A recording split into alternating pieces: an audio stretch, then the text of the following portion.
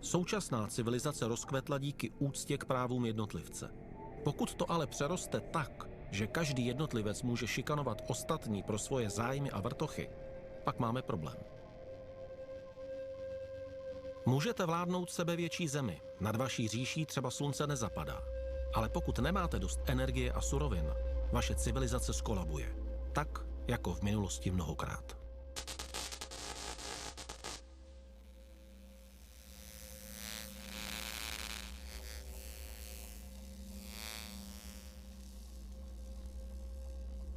I was an economic hitman.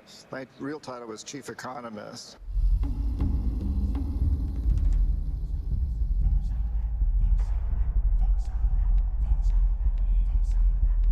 But my job was to go out and basically steal resources from poor countries by giving them huge loans from the World Bank and such places. You know, Robert McNamara, who was president of the World Bank, came and patted me on the shoulder and said, "You're doing a good job." But the money was used to pay our corporations, U.S. corporations, to build big infrastructure projects like electric power systems, industrial parks, things that made our companies very rich, big profits.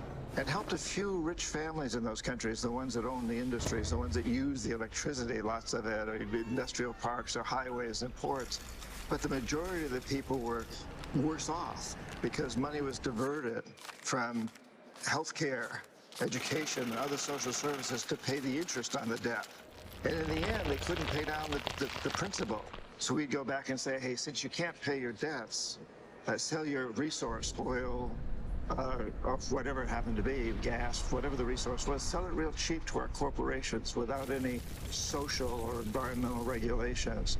Or let us build a military base on your soil or something along those lines.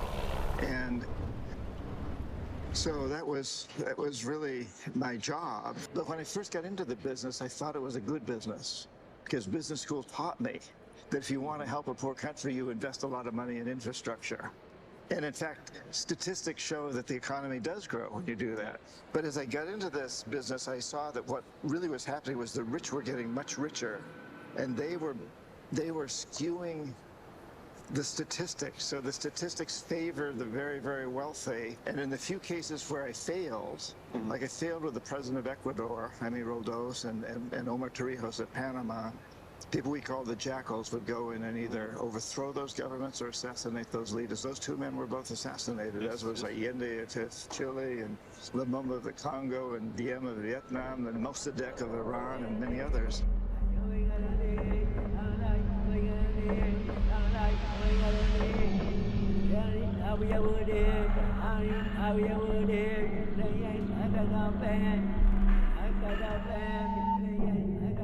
If I would be John Perkins, I would be afraid of my life. Are you afraid of your life? Well, I was poisoned at one point. So that's in here. This is the new Confessions of an Economic Hitman, which, yeah. So after the original Confessions came out, a few months after that, I was going to speak at the United Nations, and I was poisoned and lost 70% of my large intestine. They're up in the northern Ecuadorian Amazon, where all the oil is. The Waorani have been destroyed, basically, as a culture.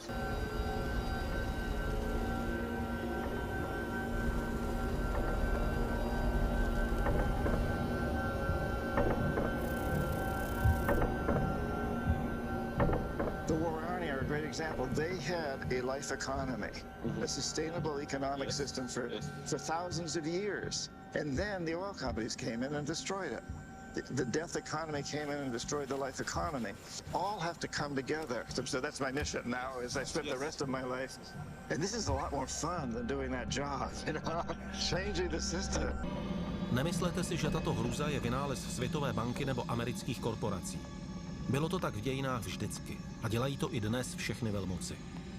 Tady všude byl ještě před pár měsíci divoký prales a tekla tudy řeka.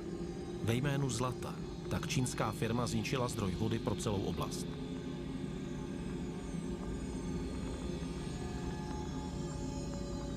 Le problème, c'est qu'il y a une classe politique très corrompue, qui gère mal et qui a la tendance à continuer à faire ce qui a été fait depuis 40 ans, c'est-à-dire à Et ça, c'est un problème qui n'est pas seulement en Centrafrique et même pas seulement en Afrique, mais ici trouve beaucoup de gens qui sont faibles, donc beaucoup de corruption, donc c'est facile pour quelqu'un venir proposer de l'argent à droite à gauche et faire exploiter souvent en désordre. This is a very, very exciting time for human beings because we're realizing that we're on the course of disaster for our planet unless we change.